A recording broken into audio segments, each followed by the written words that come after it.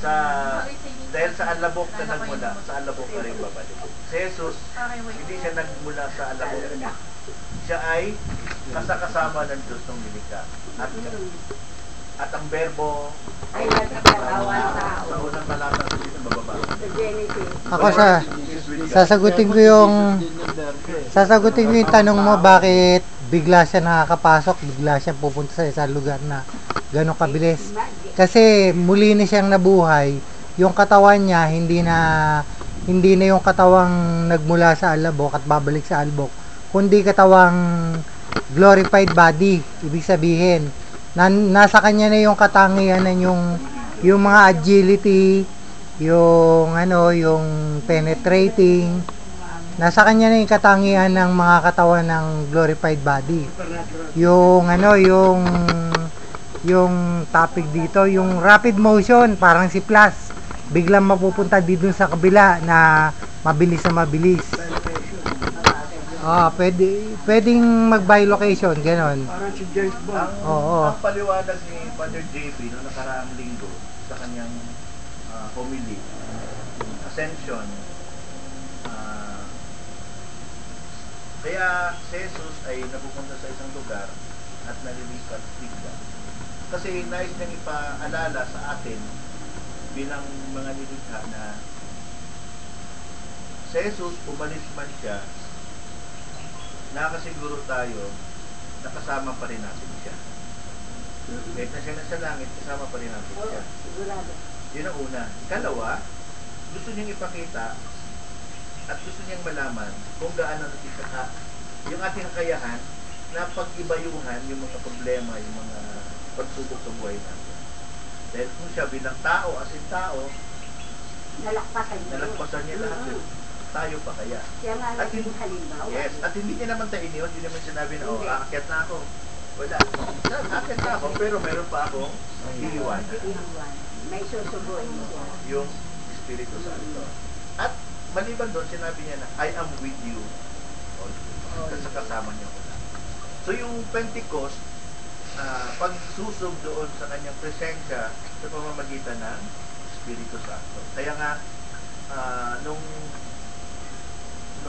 nagkaroon sila ng tongues of fire, nagkaroon sila ng lakas, ng kalakasan na kaya pala nilang mapagtagumpayan ang lahat ng ito. Kaya nga, nung sinubo sila ni Jesus, pagkatapos hiningahan, anong sabi niya? Tanggapin ninyo ang Espiritu Santo. Yung nakarang linggo na ebanghelyo, anong utos niya? Huwag muna kayong umalis ng Jerusalem hanggat hindi ninyo kasama ang Espiritu Santo. So, ibig sabihin, habang nasa Jerusalem sila at wala pa yung Espiritu Santo, hindi pa napunta sa kanila, ano gagawin nila? Pag-aralan yung mga salita, mga turo ng Diyos, hanggang sa sila'y ma-equip, malinang sila. At pag dumating yung Espiritu Santo sa kanila, mahayag, sumayo. At dito, sa araw ng Pentecostes, inulit niya uli yun. Makonsider ko yan na special ang pagiging tao ni Jesus dahil nga hindi siya sa alabok na gulo. Yes. Special siya. Kaya hindi natin malatabi na siya ay kamukha natin talaga si Kiran. Special siya. Kamukha ni Mama na special din. Bakit sa babae lahat lang sinabi, hindi sa lahat ng tao? Kasi tayo yung lalaki si Jesus, hindi makasama si Jesus. Tayo yung mapalad, brother, Ernie. Tayo yung mapalad dahil naging kamukas lumakas tayo na. Hindi ko lang ginagamit ko. Hindi nakakakati na papagkamalan akong komunista. Big pa na. So yung sa panghuli niya rito, tanggapin ng Espiritu Santo, patawarin ang mga kung patawarin kasalanan, pinapatawad na ang mga ito. Kung hindi pinapatawad, hindi rin pinatawad. So yung authority na ibinigay, ito yung meron yung mga kaparian natin. Per se, para mapatawad tayo sa kasalanan at makabalik sa Diyos, mag-iipulit sa Diyos at mabalik yung grasya. Pero yung pagpapatawad natin bilang kapwa at mga nagmula sa Roma, mga Hudyo at mga Hintil na nahikayat sa pananampalatayang Hudyo. May mga taga Creta at Arabia Lin, paano sila nakapagsasalita ng ating mga wika tungkol sa mga kabangamangang gawa ng Diyos? Hindi nila lubusang maunawaan ang nangyari, kaya't nagtanungan sila, ano ang kahulugan nito? Ngunit may ilang nagsabi ng pakutya, lasing lang ang mga yan. Ang tanong. Galit ka. Pagod na pa kayo? Kain na nga. Ano ba kanya? Nagalis Espiritu Santo. Ay, bro, nakuha ka na muna. Kaya galit sila bandang uli kasi lasing lang yan mga yan. Nagalit yung sinabing lasing. Tinamaan si Paakala Mangga lasing din sa yung pool. nagbasa eh. Kaya nagalit sila Nagalit tamaan ng video. Paakala lasing din yung nagbasa. Lasing lang si Mangga. Lasing kayo. Dahil hindi sapat yung pagkakaunawa ng bawat isa. So kahit mapuspos ng Espiritu Santo yung isang tao, kung kulang siya sa kaalaman, anong ilalabas ng Espiritu Santo sa kanya? Diba? Kung hindi ka nag-aral, wala ka natutunan, anong ilalabas ng Espiritu Santo para sabihin mo? Kung natutunan mo, puro mura, manamang yun ang lalabas. Diba? Kasama ka kayo Oo. dyan. Kasi kung ano yung natutunan mo sa pag-aaral mo, sa pag-unawa mo sa salita ng Diyos, yun din ang gagamitin niya para ituro mo. So sabi nung hindi na mangyayari yun. Kasi sila, nung binayit natin kanina, di ba, nagtago sila sa Jerusalem, hindi sila lumabas hanggat hindi dumating yung Espiritu Santo. So anong gagawin nila? Siyempre mag-aral, magsaliksik, hanggang dumating. So nung dumating na, equipped na sila na paghayo sa paglabas nila. Kaya tayo, karamihan, aminin na natin ang hindi. Kapwa natin kasigista. Baka sasablay pa pagdating sa pagpapaliwanag. So, anong ilalabas ng Espiritu Santo ngayon? Kung sakali mong lilimat ng Espiritu Santo. Alam magtabi si Juan. Bakit? Aralubas. Ganun ba yun?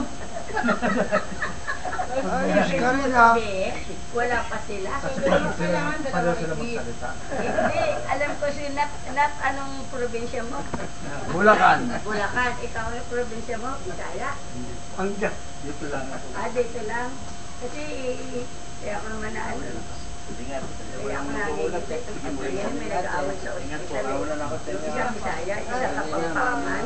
Ay, magkukulang hindi makatulog. May kini sa guli. Oo. Kapamo, kapamo. Pamo. Siguro dito. Susunod na rin ako. So, kaya yung mga taga-Galilea na nandoon, nagulat sila bakit nakapagsalita sila ng iba't ibang hindi ba't ano yan?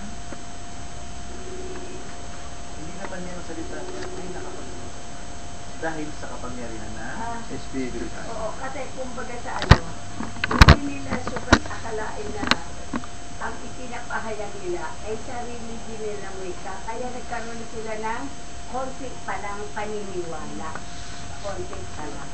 Hanggang sa tumagal na yun tumagal, ang paniniwala nila ay parang puto ng mustasa na tumutubo. Yun ang kanilang feeling.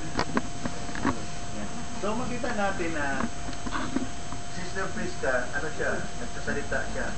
Hindi ba minsan nararanasan natin bilang mga speaker na nabablanko tayo? Oo. minsan? Tapos, pagka, ano no, Lord, please. O, yan na, dumarating na. Pero kung wala kang na-stack na knowledge, kahit magdasal ka, Wala rin. kulang lalabas. Wala rin. Kasi wala talagang ilalabas. Hindi, kasi nga, pag ang pananampalataya mo nga ay sila pinambuto ng mustasa. Sabi nga, you can move the mountain. Oo. Okay, yun.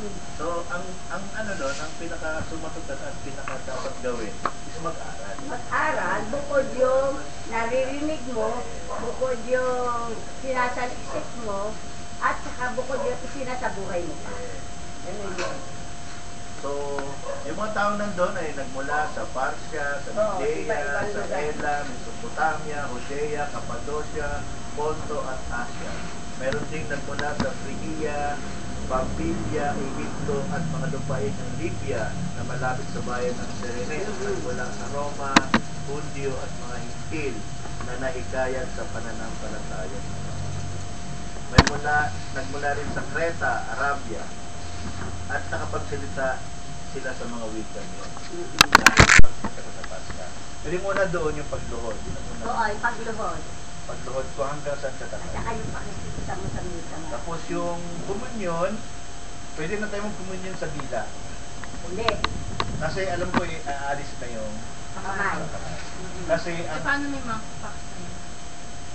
Hindi naman ano raw yan. hindi naman, ang monkeypox is, ano siya, Parang bulukan. contagious siya sa balat pag nadikit ka. Hindi siya airborne sa balat. So, wala siya. Bakit ibinabalik sa dati? Kasi yung ostya ay sagrado lang naghahawak lang dapat ay pari at yung extraordinary lay minister. Ngayon kung lahat pwedeng humawak, nasaan yung kasagraduhan Oo, ng nawawala. ostya? Saka lalo pa pag lumilipad pa. Oo, nakakangin na. Ngayon, wala ng alcohol. Mamaya, yung tatanggap, dumukot sa puwet. Parang si Mang Nap. Visit ka. Diba? So, nawawala yung pagpapahalaga pag pupugay doon sa ostya, nakatawan ang dugo niya. So, yung ikalawa. Yung ikatlo at ikaapat, hindi ko pa napapanood yung video. Kasi sobrang haba. Saka yung paliwanag, kailangan eksakto doon sa paliwanag ng video. Pag ipinahayag din, hindi mo pwede. Di babaguhin na yung sinasabi ng pare. Kasi kapag sinasabi ng pare, nagpapasalamat kami sa iyo pagkat minarapat mo kaming tumayo sa harap mo. Yun pa rin. Hindi, nakaload yung habang sinasabi ng pare yun, nakaluhod ka eh. Figure of speech. Di babaguhin na yun, binarapat mo kaming lumuhod sa harap mo. Masabi lang ako baga. Hindi, figure of speech lang yun. Figure of speech. Pero yun pa rin. Yung rito yun pa rin. Yung pagluhod kasi yun yung paggalang doon sa ostya. Habang Paghamit mo, ikaw ay nakarin. so, hindi pa natapos yung dalawang video, mahaba siya. Ipopost ko sa... Kasi kapapasa ng sa akin. Hindi ko siya napanood buo. Gusto ko pag napanood ko siya buo, para may palawanan ko siya ng buo. Okay? So, yun yung pagkaugnay ng Ebanghelyo at saka unang pagbasa. Yung pagdatal ng Espiritu Santo. Susunod na linggo yata, o umpisahan na yata. Kasi sa 22 pa. Sa 22 pa. Kaya may Kasi ano sinabi siya, na dalawang ng linggo pa yung paliwanag. Magbabago na yun. Kasi yun naman talaga kasagraduhan eh. Ito sa graduhan. Oo. Umpisahan na. Paano yung Pwede ka na mag-communion sa dila. paano yung mga pagkakataon na walang luluhuran? Ganun. Hindi, nakatayo pwede. Pag gusto kong lumuhod, pwede rin. Hindi na sasawayin. Pwede rin nakaluhod ka. Kasi ano yun eh, paggalang pa rin yun. Pwede rin nakatayo, pwede ka nakaluhod. Hindi ka pwedeng i-deny ng lay minister, nakaluhod ka, hindi ka niya pwedeng i-deny. Hindi, tumayo ka, hindi. Bibigyan ka pa rin niya. Kung anong posisyon ng nagawa mo? Pwede na ika. Hindi pwede. Kasi huli naman yung words. Mag-iinom na kayong dalawa, nag-umpisa na naman kayong dalawa. Umpisa ka na naman, oh. Magtino nga sila. Punta tayo sa ikalawang pagbasa. 1 Corinto 12:37. Napakabigat at mahirap na iyan ay lagi natin maitatatak sa ating puso at sa ating isip. Totoo yan. Naranasan ko. Itong nararaan. Talagang sabi ko, Lord, hindi ako hihinto kahit ano mangyari. Sige, tuloy lang ako. Hindi, ano kasi, Nagalit tungkol dyan. ang isang tao, hindi mo malalaman kung pinapatubayan ng Espiritu Santo kung hindi ka rin pinapatubayan. Oo, yun Kasi yan. kung hindi ka pinapatubayan, hindi mo malalaman kung yung ginagawa niya o sinasabi niya naayon sa katotohanan. Bali, malalaman mo ang isang tao ay pinapatubayan ng Espiritu Santo kung pinapatubayan ka rin. Oo. Brother Rodel, bata pa ako, natidil ko na yung ang sabi ng mga tatanda ng pare. Gawin ninyo pinapangaral ko, sinasabi ko. Sa buhay nyo. Huwag lang kayo gagaya sa akin. Oo, kaya wala, bigyan ko yung bata. Hindi, totoo yun. Huwag lang kayo gagaya sa akin dahil noon kung kilala mo yung Father Marcos ng Ubando, nagmamadyong yun. Nagmumura yun. So, taliwas yun. Hindi natin pwede sabihin na kayahin ninyo yun. At Sinasabi ko. sundin yung sinasabi ko. Oo. Huwag yung ginagawa ko.